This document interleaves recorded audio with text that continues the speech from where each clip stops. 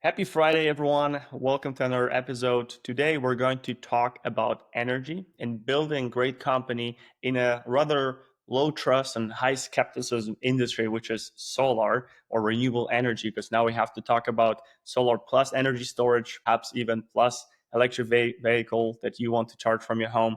And I brought here Morgan, whom I had the pleasure of meeting last year. We had a great conversation. I loved her approach to running a business. She has US background. She was born in the US, but now resides in beautiful Ireland. Looking forward to that conversation. Without any further ado, Morgan, why don't you introduce yourself and the company you represent? Sure. Thank you very much for having me, Matt. I am the founder and CEO of SolarSmart, and we are Ireland's only female-owned domestic and light commercial rooftop solar company. We've been in business for 5 years. We've installed over 1,500 systems in the last 5 years. And yeah, it's a really booming industry. So it's a great time to be in the solar business. I love it.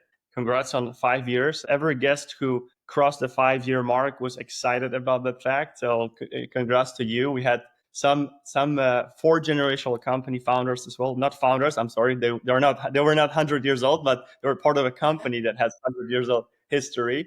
So it starts with the first year and the first 5 year mark, and then you reach your decade and you continue from there. So I know you're not from Ireland, from if I remember correctly. Maybe perhaps there are some roots there, but tell us about your background. How did you end up in Ireland, and how did you end up in the renewable energy world? Yeah, so my background is actually in computer science and economics. I started my first company when I was just coming out of Columbia University in New York in the late 1980s. And I got into local area networking at a time when PCs were brand new on the market and they weren't even talking to each other. They were, we literally were just unboxing PCs, putting them on desks. And then a few years later, we were connecting them all together into local area networks. And that's kind of the genesis of my own career. In the late 90s, I moved to Ireland working for Oracle as head of online marketing for Europe, Middle East, and Africa, which is just a really fascinating and exciting job opportunity. And that brought me to Ireland. Oracle still has a very large presence in the Irish market. And I was one of the lucky people to come over here 27 years ago. And I know this all sounds a little bit long-winded, but it actually is relevant because when I started looking at the renewable energy market, which is something that I'm really passionate about, and that was one of the reasons why I started looking at the market, I realized that there were some similarities between the systems integration and local area networking business that I had started 35 years prior, because solar was a nascent industry, is a nascent industry. It's quite new, but also we're at a stage where not everything is connected. And I think that things will become connected over the next 10 to 20 years and start talking to each other so that communities can share energy together. And so when I looked at the solar energy market, it reminded me of the days when we were unboxing PCs and putting them on desks. And in this case, we're installing solar systems on single domestic homes. But then a few years later, we started connecting all the PCs together. And I think something quite similar might happen in the renewable energy market, where we'll start connecting inverters and batteries together so that they can communicate with each other and share excess energy. And prosumers, so producers and consumers of electricity, can sell their excess electricity and share it in a community amongst each other, maybe perhaps instead of selling it out to the electricity supply companies. So I thought that there were some really interesting, it's a technology play still, which is very much, kind of close, near and dear to my heart. But I also saw this kind of networking opportunity that might come down the line in the solar energy market. And we're starting to now see some more sophisticated inverter technology that's coming onto the market. And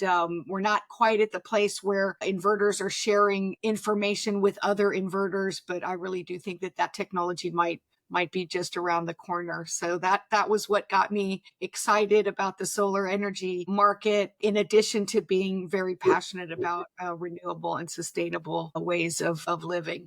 So that's I how I love got here. I love that vision, and I hope you're writing a book on that topic. No, Starting with no, your I'm back not.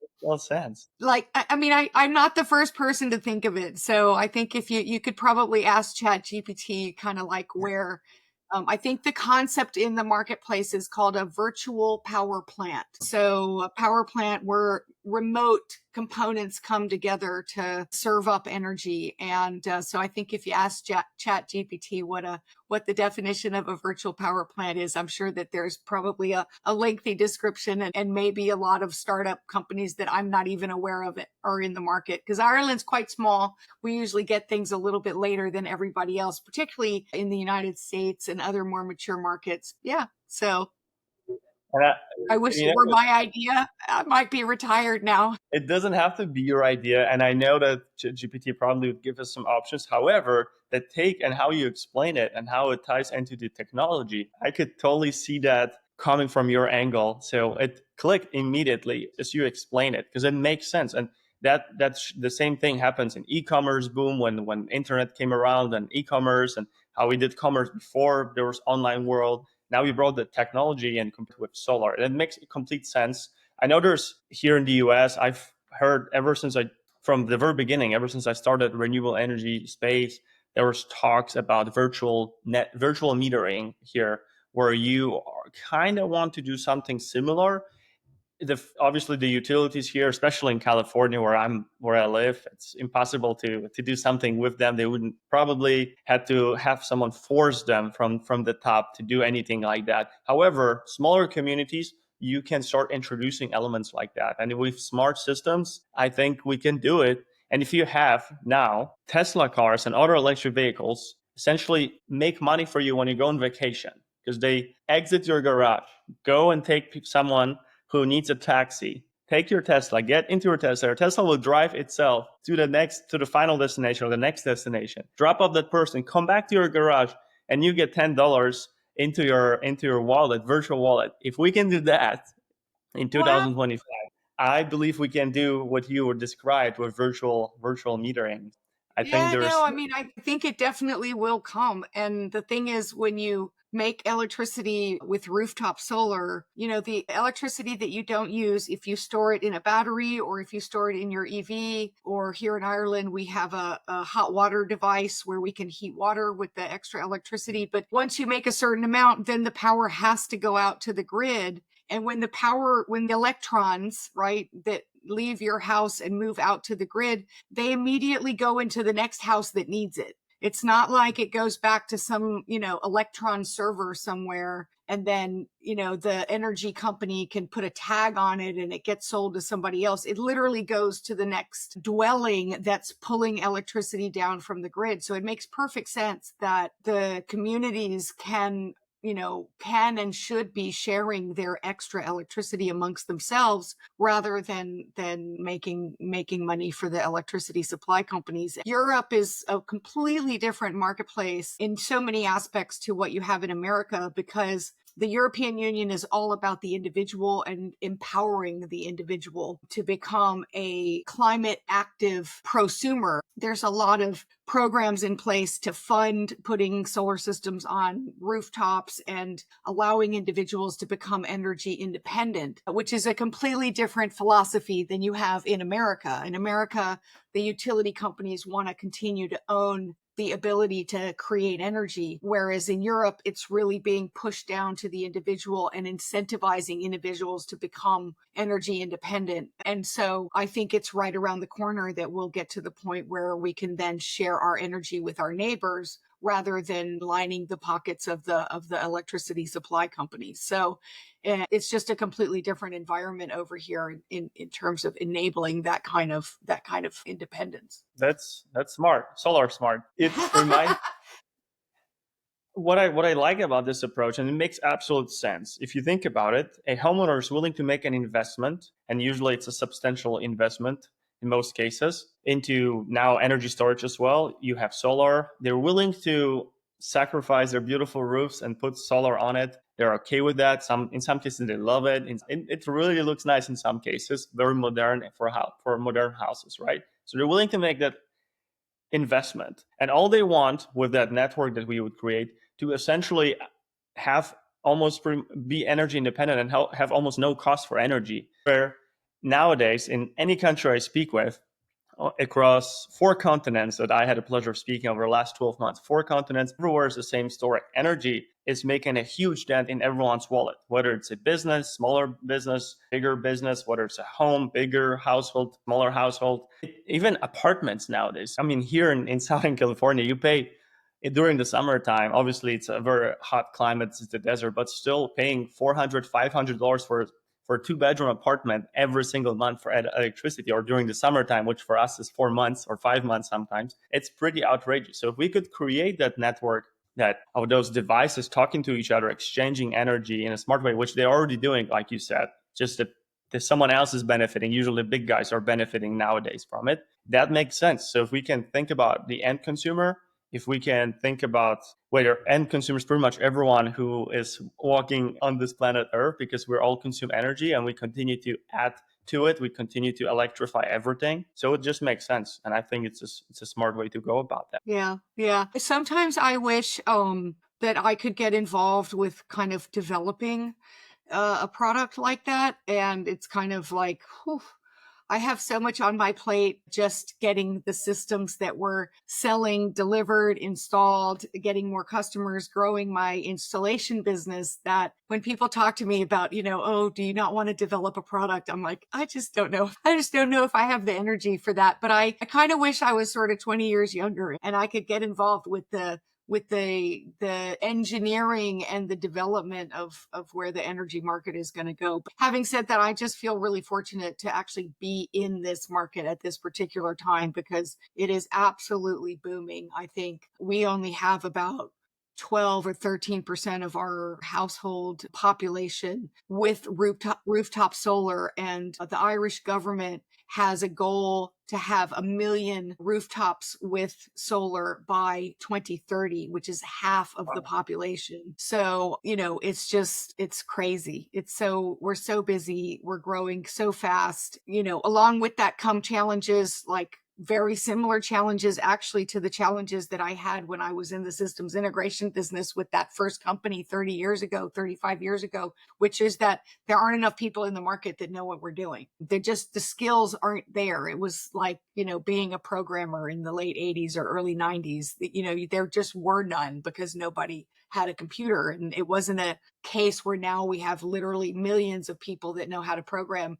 The same is happening in the electrification industry, where we just don't have enough engineers or electricians, even just basic trade electricians, because everything is moving to an electrical base, and things like gas boilers and things that heat water and things like that using fossil fuels, all that's being phased out here in the European market. And so there's a massive skills shortage for anybody that has anything to do with electricity. So those are the challenges that we have. But if you look after your people and you have a good company culture and you pay people fairly and you kind of help them balance quality of life and things like that, you can counteract some of the employee churn, which I think we're doing in a really good way. But it's still a challenging market because the whole market is growing and there's only a finite number of resources. So just today, I had a conversation with a friend of mine whose son just finished his high school education. And one of the options here in the Irish market is to go into an apprentice program rather than going to college. In America, everybody goes off to college,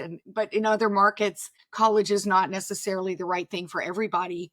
And so we have a very robust apprenticeship program here in Ireland. So I was talking to a friend of mine and I was like, you should encourage him to look at going into electrical engineering and to become an electrician, because he'll be busy for 30 years. His whole career will be spent in this marketplace because everything is being electrified. Cars, household heating, water heating, pretty much everything. So it's a pretty exciting place to be from a young career person's perspective as well. With that said, if you live in Ireland or if you want to relocate to Ireland and you want to join the revolution, that's the company you should be joining. Get trained, get your skills, and join a company. Join a company that is, I would say, recession proof and future proof as well. It sounds like it. And Exactly. reminded me of the German system where I spent my teenage years. So there was an option to actually start making money after ninth grade. So if you went into trade, which was extremely smart for those who went, I remember that even the teachers laughed at them because they didn't go to continue their education. They didn't already have their high school or university in mind because it's relatively cheap compared to United States to go into university in Germany. And even the teachers left of those who chose trade. But now I think the roles changed. That those who went into trade are laughing because now they have something that's so much more valuable than just a piece of paper where you have to join the corporate world and start scaling up, which I tried in Germany. Funny enough, you mentioned setting up computers. I did that around 2000, probably prior to 2010. And this was one of my first internships at the Frankfurt Messe, where they have those huge expos. There's probably the biggest, if not the biggest in the world expo show. So I was doing my internship there and I was setting up computers for their offices. I was walking around. I remember there's such a massive space. I would walk around 2 kilometers with this computer to set it up for someone. And that was It was a business. It was definitely a business because nobody knew how to do it. Now everybody's tech native. But yeah. yeah, I And had in to. on that education concept, I don't know if you're familiar with the Swiss market, but in Switzerland, I think only 15% of the population is earmarked to pursue a university education because universities kind of it's kept for people that want to be in academia as a career. And pretty much everybody else, 85% of the population starts to go into apprenticeship programs, whether it's financial, banking, pharmaceutical, working in, like you learn on the job the minute you're able to actually go to work and earn, rather than paying over 4 or 8 years of more time learning in the education system. Lessons to be learned, I think, all over the world in that Absolutely. scenario.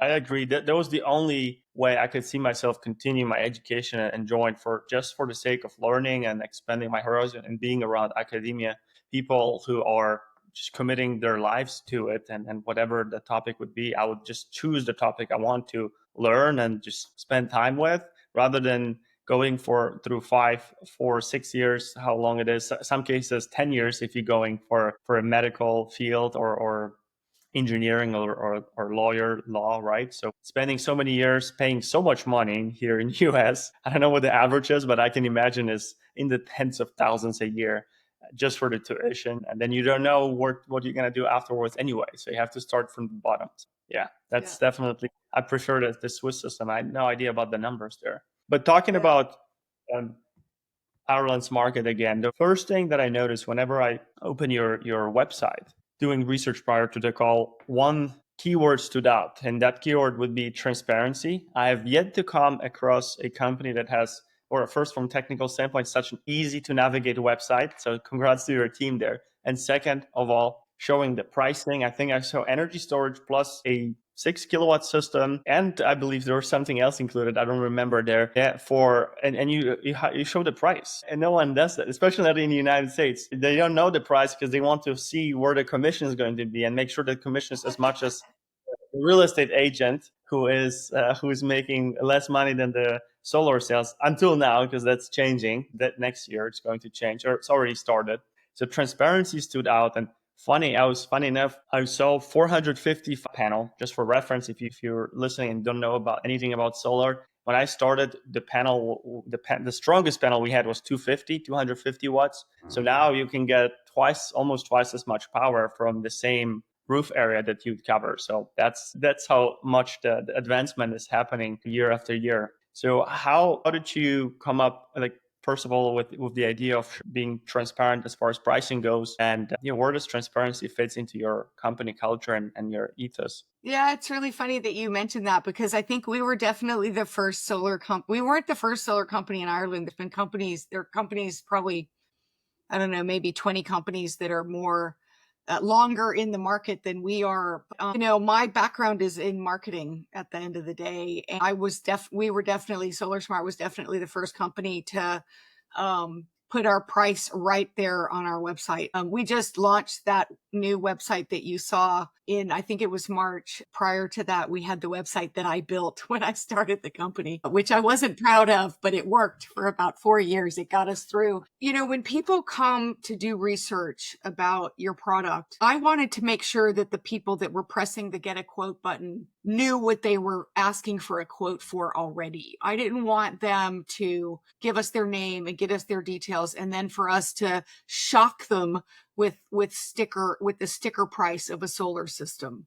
It's almost like a car, right? I mean, it's 12, 15, 18, 20,000 euros, which is, it's like buying, a nice car. And so I felt like, okay, if somebody's going to come to our website, I want them to get as much information as they can to make an informed decision. And then I want them, if they press the get a quote button, I want them to already know what they're asking for and to have a really good idea in their head, because otherwise you get a whole bunch of leads that aren't going to buy, because you can't convince somebody to go spend 12, 15, 18,000 euros. They have to already be in that frame of mind. It's like going car shopping. You can't just pull somebody off the street and say, hey, buy a car. They need the money in the bank or whatever. They need that has to all already be decided. And so it was really a lead generation quality hurdle that I wanted people to get over before they hit the get a quote button. So that way we know if somebody hits the get a quote button and asks us for a price, they know what they're asking for, and we know that they're serious about buying. And so we were the first company to put our price on the website. And that was the reason. I didn't have a whole bunch of salespeople. I had 3 salespeople, and I wanted to make sure that they got quality leads and they weren't wasting their time. And now everybody has the price on their website because they had to. If you didn't have your price on your website, then everybody goes, oh, what are they hiding? They don't have their price on their website. So I kind of forced the whole market to display their pricing models. And it has served us really well. That's what people always want to know, right? If you're going to buy something, how much is it going to cost me? So I answered that question without them having to talk to anybody. And that made sure that the quality of the leads coming into the business were people that were actually willing to buy, ready to buy, had the money in the bank, and knew what they were getting into.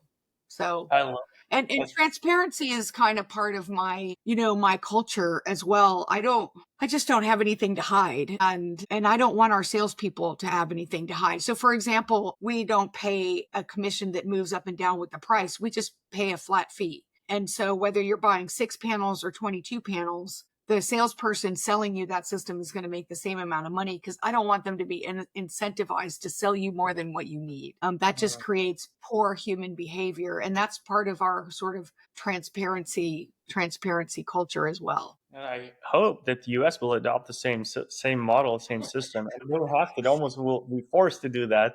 And everyone is panicking here. I think the world is collapsing because there is that they can't charge 40,000 for the same system. You charge 3 times less, and Yeah. and still make money. Figure out how to adopt. So it's interesting to observe this, how now the roles reverse. Usually it was US first, then Europe. Usually a year, 2 years later, now we have the roles reversed. It's Europe first, and now we're going to have to adopt to that change in the US, which will be interesting to observe how it's going to play out. But it's definitely a big change, and I admire that transparency, especially from a marketer's perspective.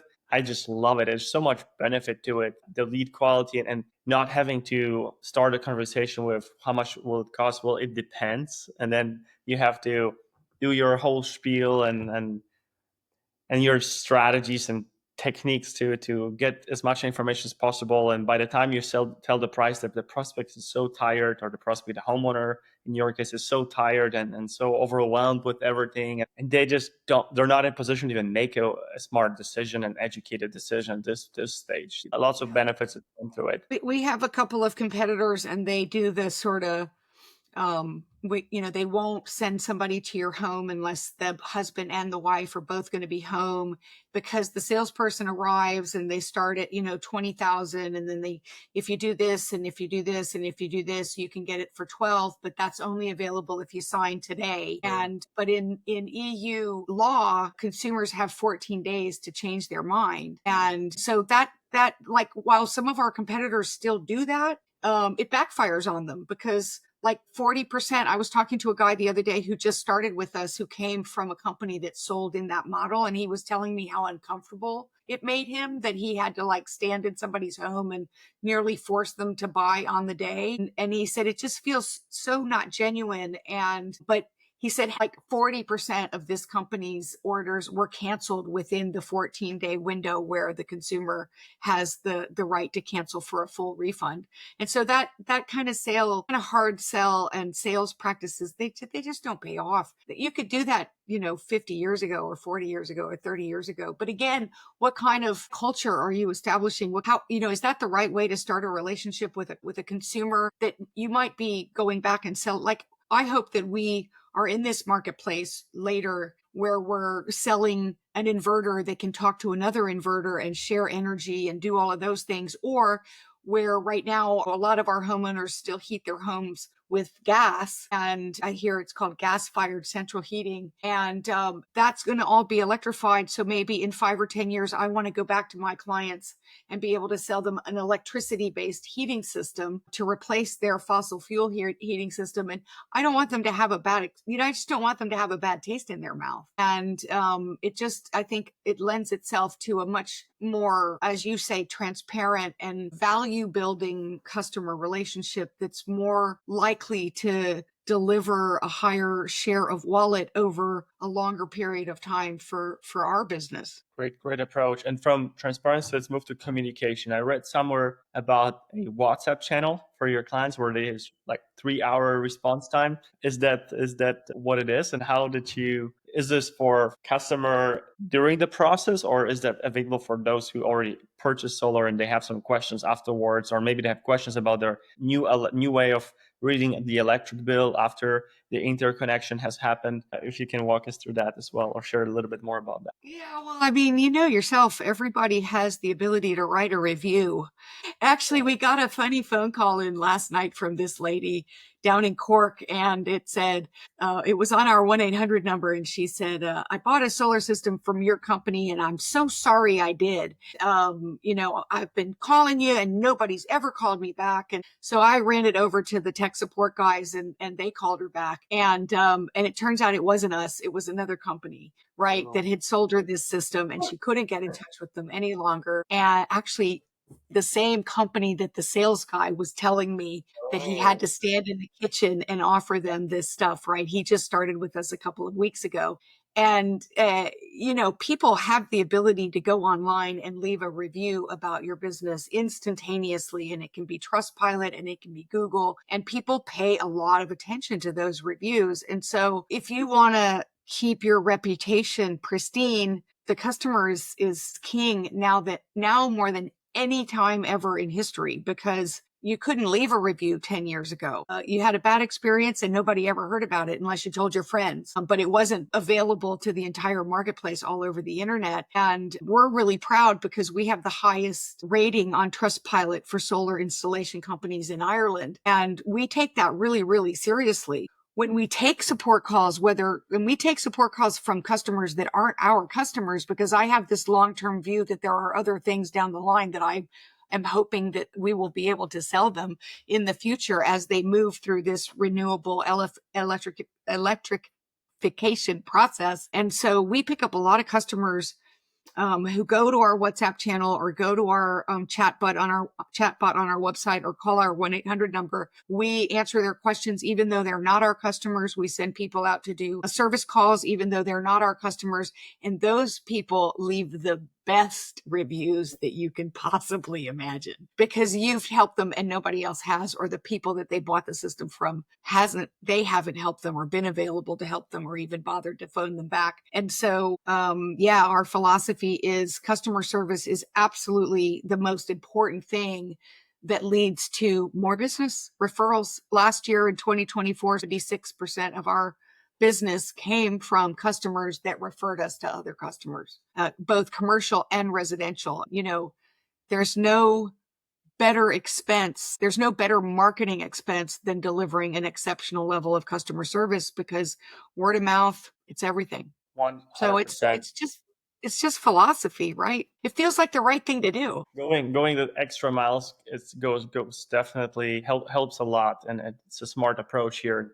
There's this saying, build a good reputation and guard it with your life, because that's so difficult to build, so easy to ruin. And we've been talking about it and writing about it for thousands of years. And I was reading even yesterday about ancient times, where how they approach reputation and how devastating it was, pretty much costing your life if you ruined your reputation. You couldn't do anything if you ruined your reputation. 25, the same rules apply. We have just technology that makes it much more easier to research somebody. But looking at your Trustpilot reviews and how long some of them are, sounds like, or it looks like, you're the paragon of reputation in Ireland. So I think that's much. I can see the work that went into it, and well deserved for sure. We take it really, really seriously. It's hard to get, it's funny, it's really hard to get reviews out of people. We practically have to beg them, but if you do a good job, like people just don't want to take the time. Everything takes time, right? You got to go and set up an account on Trustpilot and all of that stuff. But the people who really do care and want to help us, get more customers and grow our business and be here longer, so that they make sure that they get service, they're completely willing to sit down and do the typing. And yeah, some people are long-winded. And my favorite part about when reviews come in is when they name a couple of people on the team.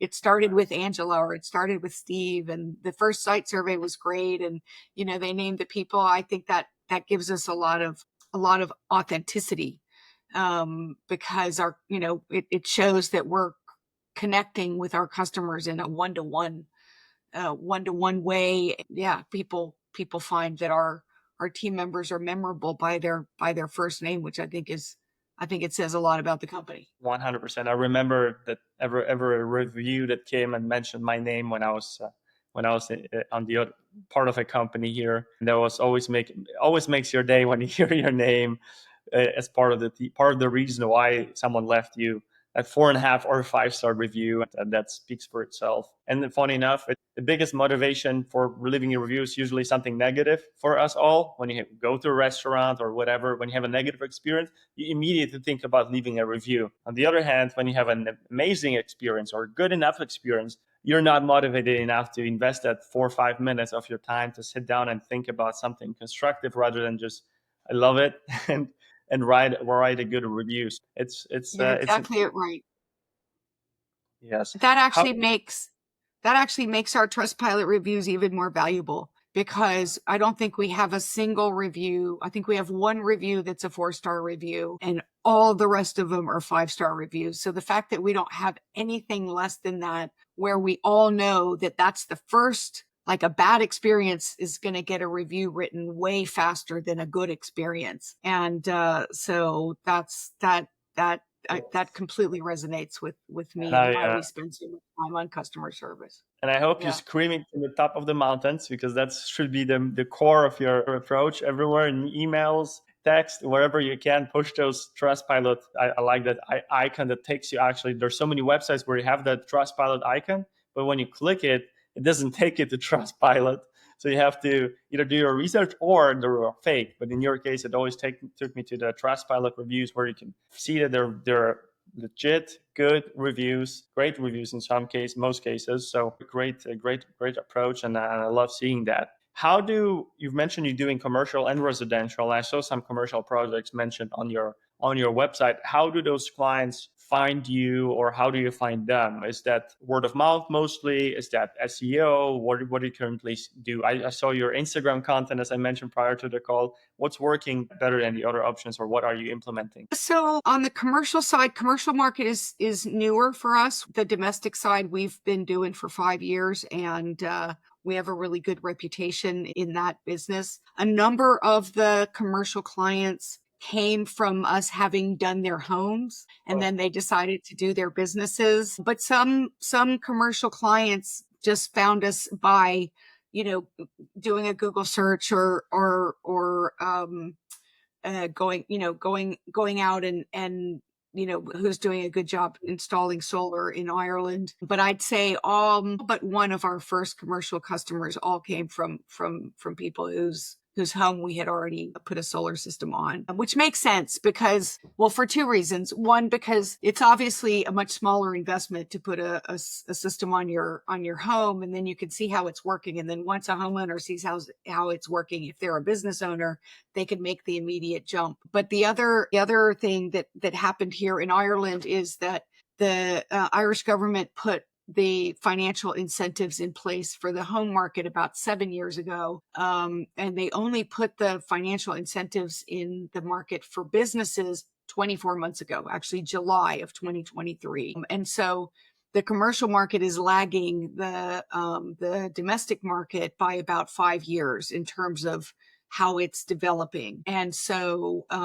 we are in our sort of third year of really doing some commercial work. And in fact, this week we closed a really large opportunity with a pretty well-known hotel chain here in Ireland. And that's going to be a kind of a name brand, really good project for us because everybody knows this is a sort of high-end, very well-known brand here in Ireland. And that actually came from a referral from one of our manufacturer products. So they wanted to use a certain kind of product that we represent here in Ireland, and the manufacturer recommended us. Again, it's a referral based marketing approach. So I'd say up until now, we've done very, very little on the AdWords or Google search looking for commercial. We've just kind of allowed it to grow organically. And then maybe about 6 months ago, we started reaching out and creating referral networks with engineering companies or architectural companies that are building buildings,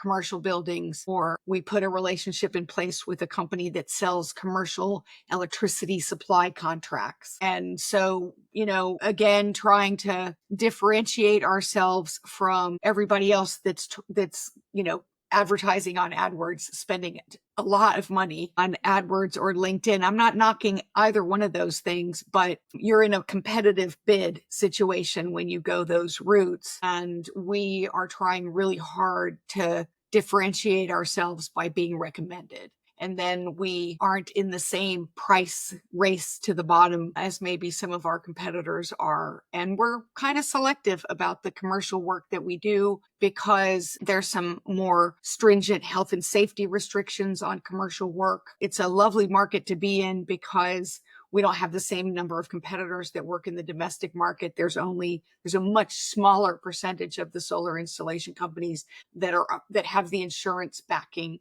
for example, to work in the commercial market. But even so, being recommended is a much better way to enter a company than to answer an ad, or then they've gone 4 or 5 different companies are going to come in. And so it just makes the sales process more, it just delivers a better quality of lead and sales process because you're a trusted partner from the minute you walk in the door. Those are always the best opportunities when they come already vetted, if you can say that, from someone who has paid you with trust and know that you're going to do the job that needs to happen, and you're going to keep it transparent from the day one, and that's what they always hope for. And I know that that's the most valuable asset you can have if you have their reputation, if you have the trust with someone who can introduce you to another opportunity. So congratulations on that, and congratulations on the hotel project. I hope it will go smoothly as Yeah, other me too. successful. Will be a beginning of another channel for your growth channel for your company. Because there's always that need, like we discussed, for electrification. Moving on, Morgan, if you had a chance to sit across the table from younger version of yourself, seeing out, wanting to have big ambitions like you have, what advice would you share with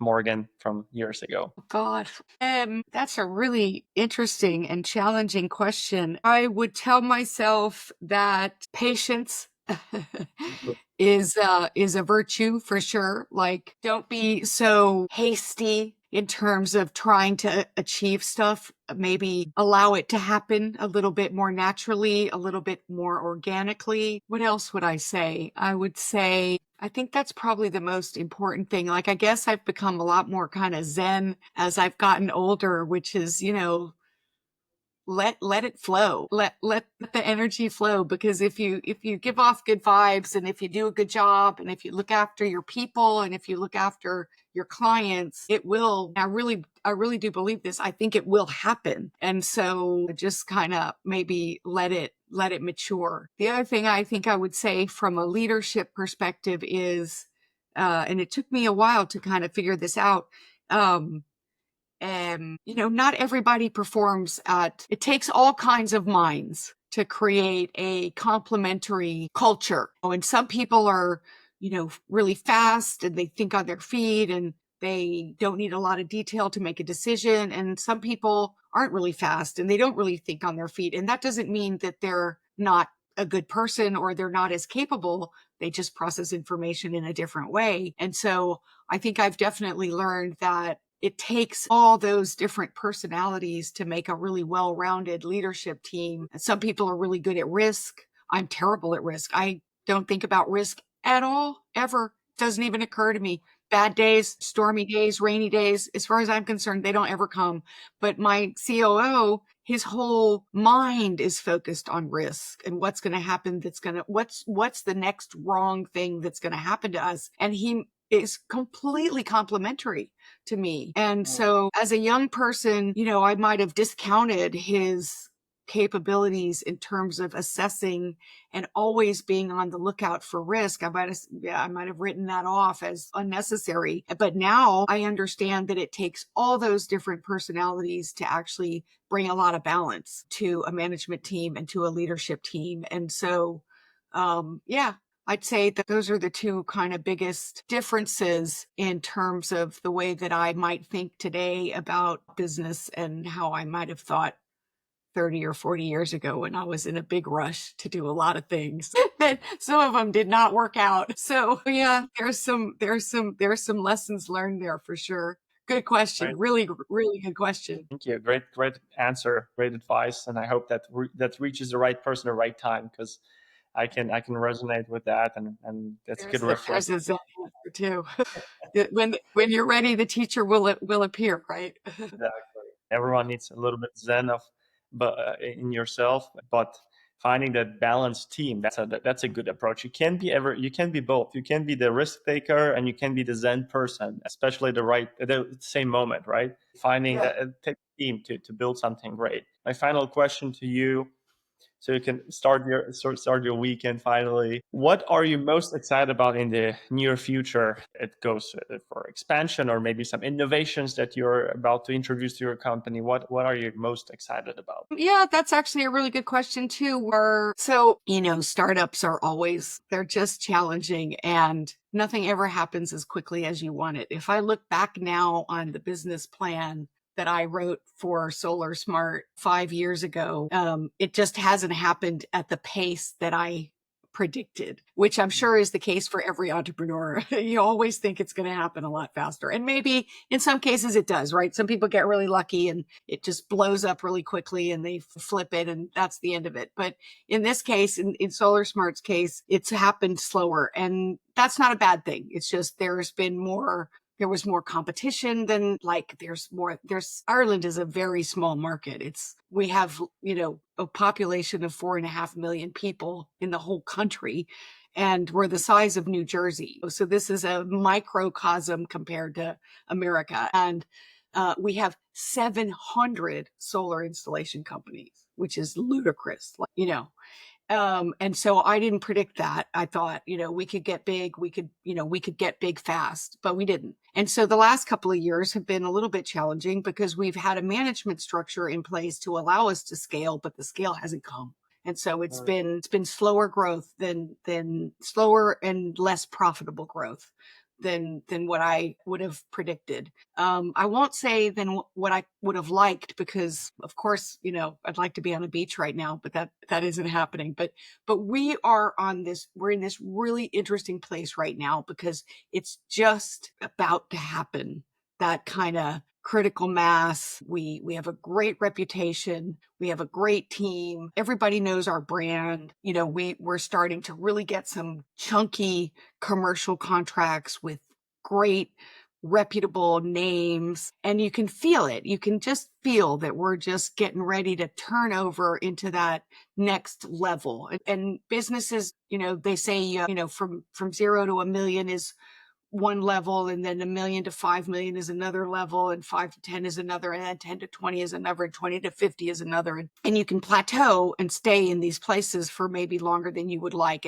And we're just on that cusp right now. And like a ton of businesses come in really recently that it's already on the books. So I'm not making this up and feeling something that isn't happening. It's actually on the books and it's happening.